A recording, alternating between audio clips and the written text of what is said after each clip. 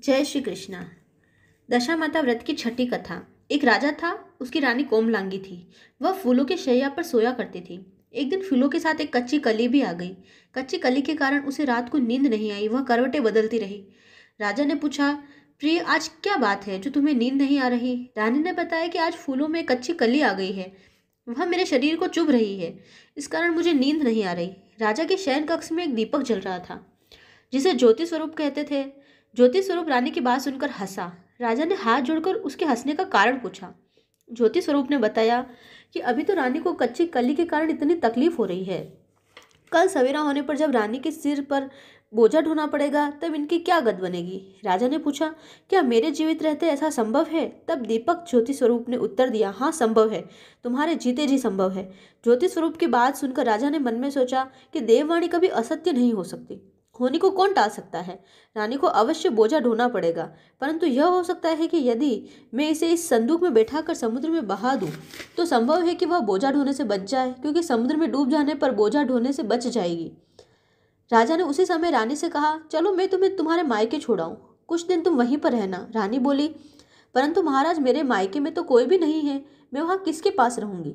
राजा ने कहा कि तुम्हारे गोत्रज संबंधी वहां बहुत अच्छी दशा में हैं, मैं उन्हीं के पास तुमको भेज देता हूँ। रानी ने राजा की बात मान ली। रानी ने बहुमूल्य आभूषण और कीमती वस्त्र धारण किए। तब राजा ने रानी को संदूक में बिठाकर नदी में बहा दिया। वह नदी समुद्र में ऐसी जगह मिलती थी जहां पर राजा के बहनोई का राज्य था। समुद्र से मोती निकालने का ठेका राजा के बहनोई ने ले रखा था।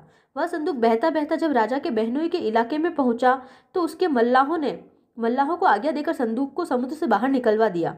संदूक को उसने अपने महल के शयन कक्ष में भिजवा दिया और आदेश दिया कि जब तक मैं ना पहुंचूं, इसे कोई नहीं खोले। राजा का बहनोई, जो उस जगह का स्वयं राजा था, उसके शयन कक्ष में संदूक के पहुंचते ही रानी को पता चला कि इस संदूक को राजा ने समुद्र में पाया है, तो वह फौरन शयन कक्ष में आ गई। उसने पहरेदारों को हट जाने के लिए कहा। रानी ने संदूक खोल दिया। उसे संदूक के अंदर से 16 श्रृंगार की एक सर्वांग सुंदरी मिली। रानी ने अपने मन में सोचा कि यदि राजा इसको इस दशा में देखेगा, तो हो सकता है वह मुझे छोड़ दे। इसलिए उसने उस रानी के सब जेवर कपड़े उतारकर उसे फटे पुराने कपड़े पहना दिए और संदूक में बंद कर दिया। जब राजा बाहर से महल में आया, तो उसने रानी को अपने शयन कक्ष में बुलाया और रानी से पूछा कि क्या तुमने संदूक देखा? तो रानी ने उत्तर दिया कि मैंने कुछ नहीं देखा, मुझे नहीं पता कि संदूक में क्या है। राजा ने रानी के सामने संदूक को खुलवाया, तो उस संदूक के अंदर से फटे पुराने कपड़े पहने एक स्त्री दिखाई दी, जो भिखारिन सी लग रही थी। रानी ने कहा, यह तो कोई नीच जाति की भिखारिन दिखाई देती है, इसको कारखाने भिजवा दिया जाए, वहां लकड़ी ढोकर अपना जीवन निर्वाह करती रहेगी। राजा ने रानी के कहे अनुसार उसे कारखाने में भिजवा दिया।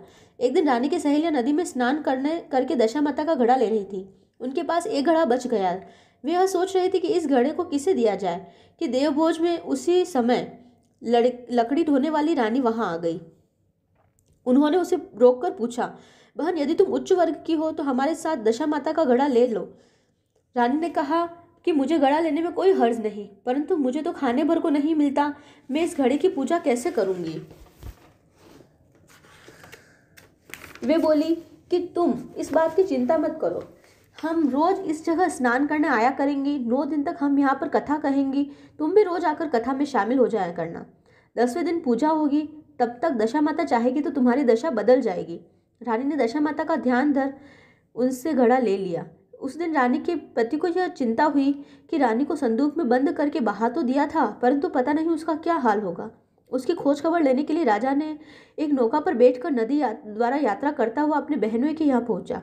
संध्या के समय वह अपनी बहन से बोला, मेरे हाथ पैरों में बहुत दर्द हो रहा है, किसी दबाने वाली को बुलाओ। तब उसकी बहन ने लकड़ी ढोने वाली भिखारिन को बुलाकर आज्ञा दी कि आज की रात तू मेरे भाई के पैर दबा दे। वह बड़े संकोच में पड़ गई। अपने मन में सोचने लगी कि मैंने तो किसी भी परपुरुष को छुआ तक नहीं है।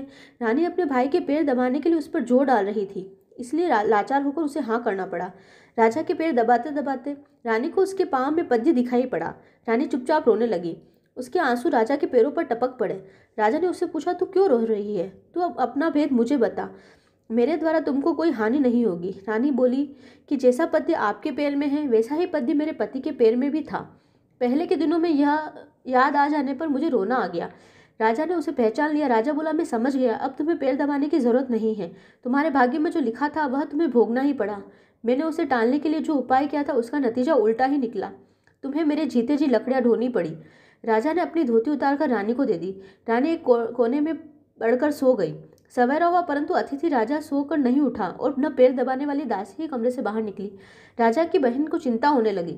थोड़ी देर बाद दासी कमरे से बाहर निकली और कारखाने में काम करने चली गई। रानी ने कमरे में जाकर अपने भाई को जगाया। उसका भाई बोला, मेरी तबीयत ठीक नहीं है, मेरा सिर दर्द कर रहा है, मैं अभी आराम करना चाहता हूँ, मेरा जी बहुत व्याकुल हो रहा है। रानी ने पूछा, आखिर क्या बात है, कुछ तो बताओ।